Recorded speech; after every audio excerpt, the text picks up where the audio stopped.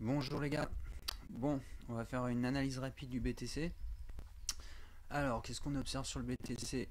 Que la correction, comme la stratégie que j'avais établie était prévue, est en train de se faire.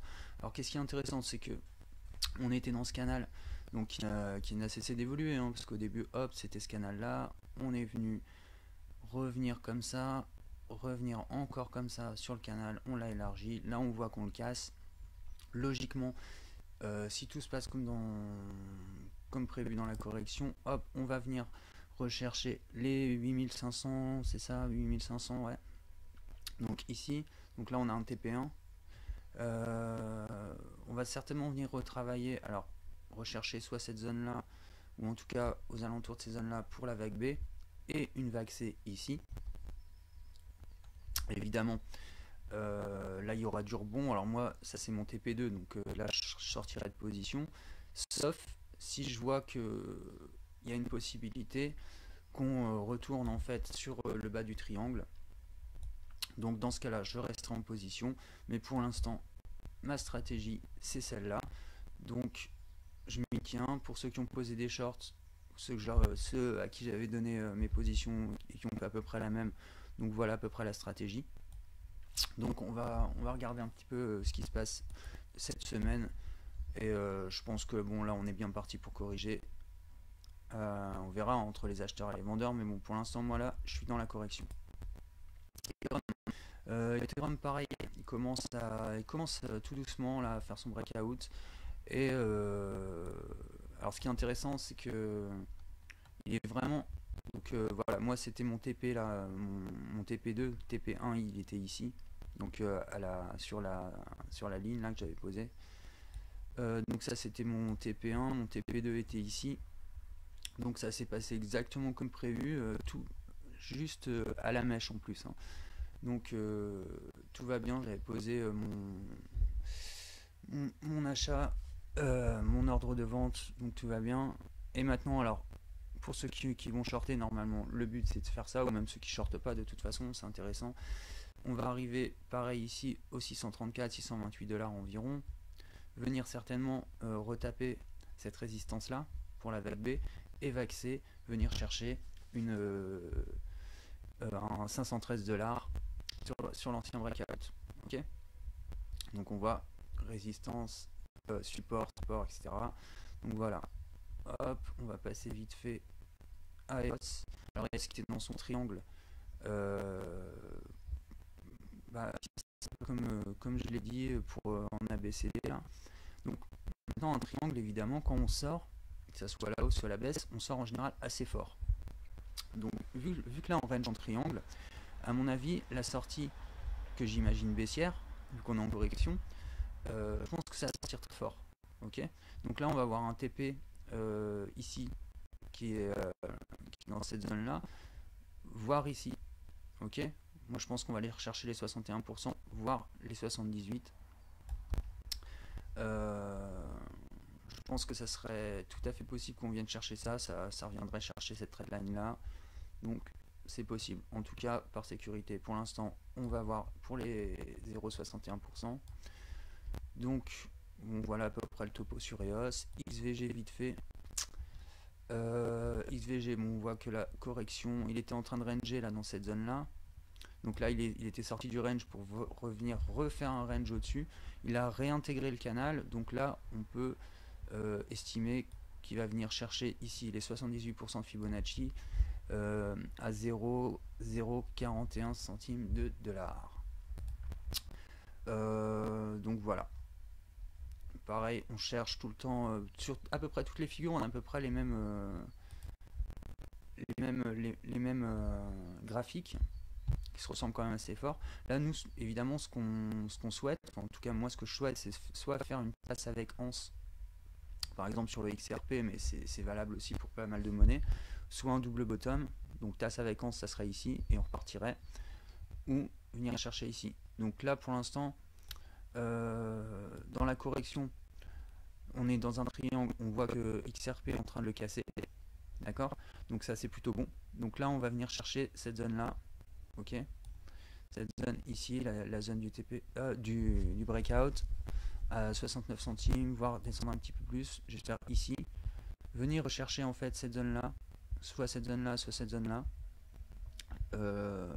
là où il y a ces résistances, hein, tout simplement, ces résistances, ces supports, et en fait venir rechercher ici. Et en plus on est dans un triangle là, donc sur Ripple, donc je pense que c'est tout à fait probable qu'on fasse ça. Ce qui est pas mal, c'est que voilà, ça va faire une belle figure pour la suite, voire on casse un petit peu le triangle, hein, ce qui est tout à fait possible pour venir faire notre double bottom, ce joli W. Donc voilà, à voir, on attend un petit peu. Allez, on va aller sur Monero. Monero, génial, monnaie évidemment. Monero qui est intéressant. Alors je vais parler avant de faire l'analyse pour la semaine là. Je voudrais vous montrer la configuration de Monero parce que ça elle est vraiment intéressante. On est dans un gros triangle de consolidation là. Et ça quand ça va sortir sévère. Ok. Et je pense que ça va sortir à la hausse. Donc évidemment là on a ces vagues. Donc, A, B, C, D, E. Et ensuite on devrait avoir une sortie avec un pullback et une hausse. Donc ça c'est très intéressant, c'est vraiment bien pour Monero. Maintenant on va revenir donc à surveiller évidemment. Là on peut estimer qu'on va faire ça si on est dans cette logique de triangle, enfin on est dans cette logique de triangle de toute façon, on devrait venir rechercher les 173, ok, ici. Mais bon, pour l'instant on va faire les choses en sécurité. On voit qu'on a une vague 1 qui s'est faite, ok, qu'une vague A qui s'est faite, la vague B qui est en range complètement quoi, enfin elle est vraiment c'était voilà quoi, c'était du range, et la vague 2 en flat quoi, et la vague 3, donc là pour ceux qui vont shorter, il y a un TP à prendre ici à 193, TP1 et un TP2 ici, et logiquement franchement je crois que il va vraiment revenir ici, d'accord, ce serait sa logique, il fait ça, il fait ça, il fait ça, il n'a pas de raison de s'arrêter là pour repartir, mais c'est toujours possible, parce que tout est possible dans les cours, donc après il faut avoir une stratégie, il faut s'y tenir, ça c'est très important, mais il faut savoir aussi s'adapter au marché, d'accord. À chaque fois que j'ai fait des erreurs ou je fais des erreurs en trading, c'est que je respecte pas ma stratégie, d'accord, parce que tout d'un coup hop le cours fait autre chose et si je sors de ma stratégie et je me dis ok non, ce qu'il faut c'est garder sa stratégie en tête, être très ferme dessus, ça permet d'éviter les erreurs, mais par contre de savoir s'adapter au marché, ça demande une certaine souplesse.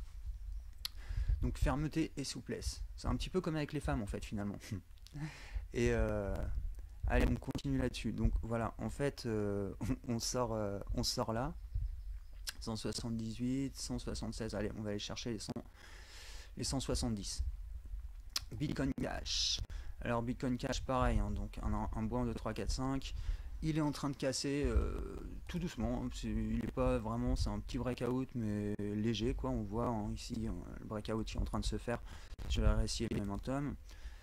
On attend comme objectif, on a les 1300 là environ, revenir chercher là il fera certainement un rebond en vague B pour revenir environ chercher cette zone là, pour ensuite redescendre sur cette zone là. Puis là on voit en fait qu'on est dans, ça c'est le canal aussi historique en fait, et on l'a réintégré avec une petite sortie par le bas là, mais en fait on voit qu'on est à l'intérieur, donc c'est assez intéressant.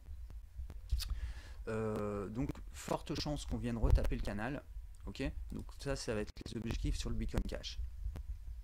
IOTA, alors IOTA, même configuration, on est aussi en période, là on voit on a un beau canal baissier qui évidemment s'est élargi puisqu'on est sorti à la hausse, et comme je l'avais dit dans les discussions là, pour moi tout ça là en fait ce qu'on est en train de faire c'est du bull trap quoi, on est en train de piéger les acheteurs, et pour moi ça va redescendre pour revenir chercher des prix un peu plus sains et pouvoir repartir ensuite tranquillement, parce que quand il y a trop d'activité comme ça,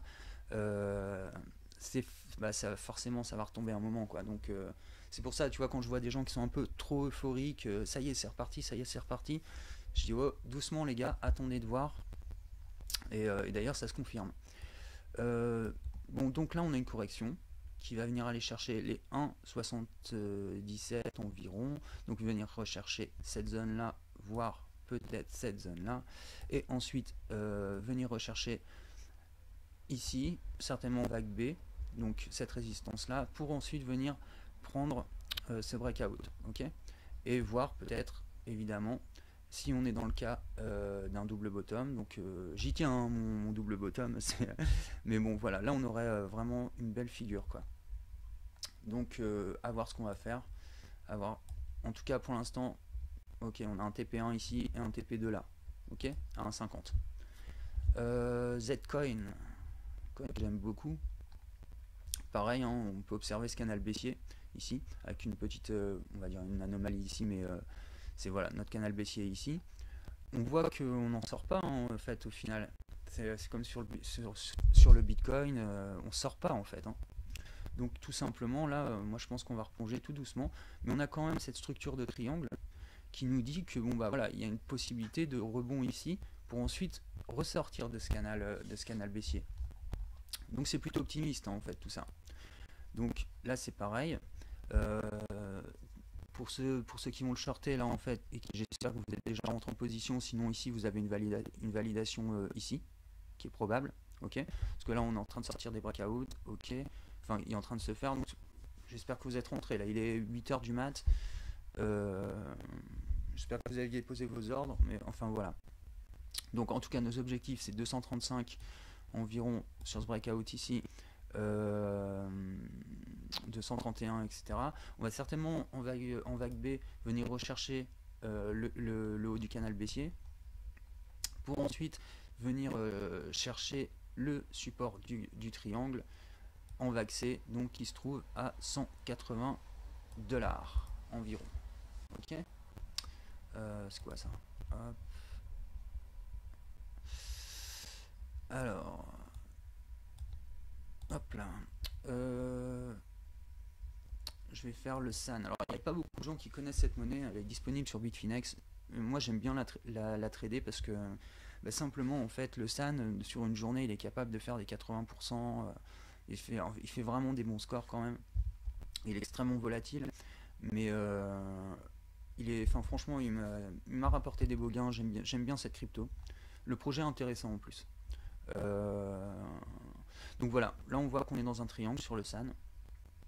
On n'en est toujours pas sorti, donc toujours une possibilité de revenir, mais bon là je pense qu'on va vraiment le casser. On va venir rechercher ce breakout à 1,41. Ensuite certainement peut-être venir rechercher le canal en plusieurs vagues, hein, toujours c'est pas une vague, hein, c'est 3 vagues de correction, mais avec plusieurs vagues à l'intérieur. Bref, normalement on a à peu près un schéma qui se fait comme ça, avec de la même manière un rebond sur le triangle qui nous donnerait un beau W encore, qui est, comme je l'ai dit, une figure bullish qu'on espère voir, ou une tasse avec anse, hein, si ça arrive ici, c'est une tasse avec anse, donc tout va bien. Donc voilà, ça je vite fait pour le SAN, et je vais finir par l'Ethereum classique. Alors ETC, il est intéressant, hein, parce que lui il casse pas, il continue sa petite montée là, bon, il y a la divergence, donc effectivement ça c'est pas très bon sur le long terme aussi. Donc là on peut considérer quoi, c'est la fin de la montée. De toute façon si Bitcoin corrige, les autres monnaies vont corriger elles-mêmes. Donc ETC, bon là on a de la bougie, on va regarder un petit peu en une heure vite fait, mais ouais, ça reste léger quoi, mais commence à faire un petit breakout quand même là ici on peut voir, mais bon ça reste léger, mais il va tomber quoi de toute façon. Donc voilà, hein, l'objectif c'est à peu près le même, c'est de venir ici rechercher, alors peut-être, désolé ça je le fais en live, mais on va venir certainement rechercher cette zone là en fait, vague B et une vague C, possiblement ici sur les 78% de Fibo sûrement. Ouais, je vois bien un graphique à peu près comme ça. Donc on va voir, à surveiller ça, d'accord. Ça peut être aussi comme ça, hein. Ok, hop, hop, et faire, tout dépend en fait de ce qu'on va faire par la suite. Mais je pense qu'on a quand même des chances de venir sur les 78%. Bon, voilà, c'est fini. Passez une bonne journée, profitez du soleil, éclatez-vous bien, tradez bien, Faites attention à votre capital, faites-le grossir évidemment. Et voilà, je vous souhaite une bonne journée.